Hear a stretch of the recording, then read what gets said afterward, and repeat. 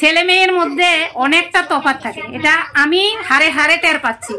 এই দেখো আমার ছেলে মানে কখন থেকে দুষ্টামি করছে, আমি বলছি যে 12টা বেজে গেছে, আমার এখনো রান্না বান্নার কোনো কিছু হয়নি, একটু মাকে হেল্প কর, না ওইটা করতে রাজি নেই। আর এখানে দুষ্টামি শুরু করে দিয়েছে, টিভি দেখছে বাস, আর কি মাকে একটু হেল্প করে দিতে পারে। তো হেল্প বলতে কি, বিছানাগুলো গুছাতে পারে, কিন্তু বিছানা গুছানো হয়নি, আমার এখনো কোনো কাজই হয়নি। আর দেখো ছেলে আর মেয়ের মধ্যে তফাৎ কি, এই যে দেখতে পাচ্ছ আমার মেয়ে বসে বসে শাকগুলো বেছে দিচ্ছে, এদিক দিয়ে পালক পনির খাওয়ার ইচ্ছে কিন্তু করে দেবে না। তো চিন্তা করো আমি কখন করব, তো বলছি মাথাটা আবার ঠিক যদি থাকে তাহলে সব করে দেবে। এই টিভির সাউন্ডটা একটু কমা মা। মেয়ে দেখো টিভি দেখতে দেখতে পালং শাকগুলো বেছে দিচ্ছে। তো দেখো কিভাবে বাচ্ছে, তোমাদেরকে দেখাচ্ছি আমি। যে দেখতে পাচ্ছ সুন্দর করে বেছে দিচ্ছে, আমি দেখিয়ে দিয়েছি। তো মাঝে মধ্যে এমন শেখা দরকার। তো মেয়ে পারে, ছেলেও পারে, পারে না যে এমন না, আমি শিখিয়েছি, একটু একটু করে শিখিয়েছি, কিন্তু এখন করছে না। মাথাটা তো মানে খারাপ করে দিচ্ছে, কি বলবো, আমার এখনো কোনো কিছুই হয়নি। তো ভাবলাম তোমাদের সাথে একটু শেয়ার করি।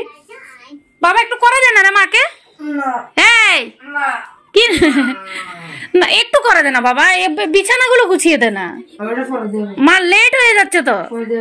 পরে দিয়ে কখন, হ্যাঁ দেখ মার এখনো ঘর মোছা কাপড় ধোয়া সবকিছু বাকি আছে, এখনো অবধি করিনি। কখন করবো বলতো, বাজারে গেলে না অনেকটা লেট হয়ে যায়। আর মেয়ে দেখো পড়াশোনা করেছে, মেয়ের বই খাতা সবকিছু এইভাবেই পড়ে আছে।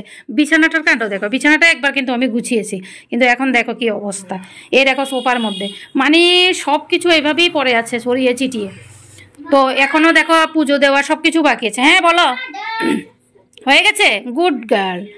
তো এই কেন মশা কাটছে, আচ্ছা ঠিক আছে দাঁড়াও আমি দিচ্ছি। তো দেখো এদিক দিয়ে পনির এনেছি, পালক পনির বানাবো বলে। আর এখানে কুমড়ো কেটে নিয়েছি, কুমড়োটা ভাজা করব। আর এখানে ভাত বসিয়ে দিয়েছি।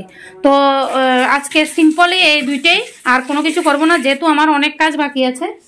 তো এ দেখো মেয়ে খুশি। তো আজকে কখন যে খাবার দাবার খাবো ভগবানই জানে, তখনই কিন্তু আমাদের মানে সব কিছু কমপ্লিট হয়ে যায়।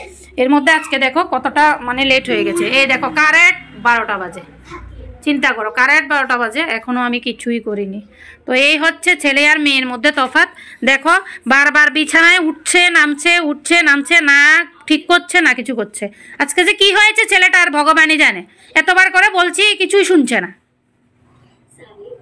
তো বন্ধুরা দেখো মেয়ের কাজ কমপ্লিট হয়ে গেছে, এখন আমাকে এগুলো সব কিছু করতে হবে, গুছাতে হবে, কারণ ও বাচ্চা মানুষ আর কি করবে। এর মধ্যে কালকে একটা পুজো, সরস্বতী পুজো, তোমরা তো জানোই। তো কালকে সরস্বতী পুজো, আজকে একটু ঘরটা পরিষ্কার না করলে কি করে হবে বলো তো। তো যাই হোক আজকে দেখি কয়টা বাজে। সত্যি আমার ঘরে ছেলে মেয়ে দুইটাই আছে, আর দুটোরই মানে তফাৎটা আমি বুঝতে পারি। যখনই আমার শরীরটা বেশি খারাপ লাগে, ছেলে করে না যে এমন না, কিন্তু যখন মানে করবে না বলবে তখন করবে নাই, আর যখন করবে তখন করবে। এখন আমি কাজ করার কথা বলেছি, বাস ছেলে কি করেছে, আমাকে জড়িয়ে ধরে বলছে মা তুমি তো পারো মা, দেখেছো কীভাবে ব্ল্যাকমেল করছে। তো চিন্তা করো আমার সত্যি মাথাটা কাজ করছে না, 12টা বেজে গেছে, কখন যে শেষ করব আজকে। তো যাই হোক সর্দি হয়েছিল, সর্দি হওয়ার পর এখন কাশি হয়ে গেছে। তো একটুখানি তোমাদের সাথে শেয়ার করলাম কি করছি আজকে। তো যাই হোক বন্ধুরা, টাটা বাই বাই। এখন রান্নাবান্নাটা সেরে নিই, তারপর